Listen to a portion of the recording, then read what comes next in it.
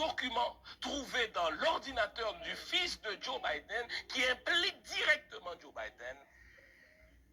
En terminant, c'est intéressant de revenir à l'idée de cette unité affichée entre les Américains et les Européens. Cette unité-là est en train de se lézarder, elle est en train d'être fissurée. Pour quelle raison? Parce que quand on regarde dans les détails, mais les intérêts des Européens ne sont pas nécessairement les intérêts des Américains. Que veulent les Américains? Les Américains veulent que cette guerre dure pour que Joe Biden ne perde pas la face aux élections de mi-mandat. Mais les pays qui font affaire avec les Russes n'ont pas intérêt à ce que la Russie soit isolée, n'ont pas intérêt à ce que la Russie n'est-ce pas, soit exclue du système, n'est-ce pas, monétaire international, parce que autrement c'est eux qui vont payer. Il y a une autre nouvelle qui vous a échappé. De quoi s'agit-il? Désormais, les Russes disent, puisque vous ne me donnez pas accès au dollar, puisque vous ne me donnez pas accès au système bancaire international, vous allez devoir me payer en rouble ou en yuan. Je vous vends mon blé, je vous vends mon pétrole, je vous vends, n'est-ce pas, mon gaz naturel, vous en avez sacrément besoin pour vous réchauffer. Désormais, je ne veux plus que vous me payiez en dollars.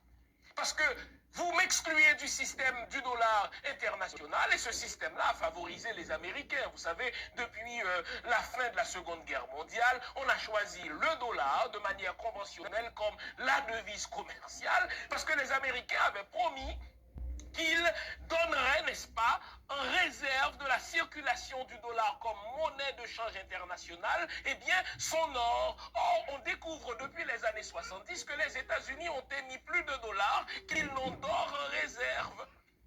Et donc, plus on se sert du dollar comme monnaie internationale, ça fait l'affaire des Américains. Et désormais, les Russes disent, vous devez me payer en rouble ou en yuan. Donc, nous sommes en train d'assister à un réalignement monétaire du monde.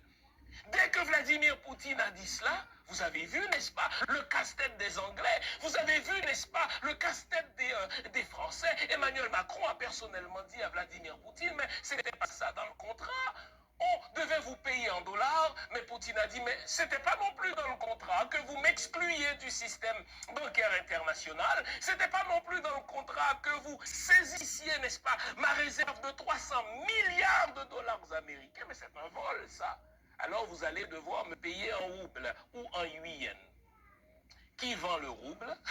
Qui émet le rouble? C'est la Banque centrale russe. Donc, puisque vous allez devoir me payer en rouble, eh bien, le rouble, selon le principe de l'offre et de la demande, va retrouver sa valeur. Puisque vous allez devoir me payer en yuan, eh bien, j'aurai tout intérêt à maintenir mon rapprochement, n'est-ce pas, des Chinois. Les amis, les guerres sont toujours une affaire d'intérêt.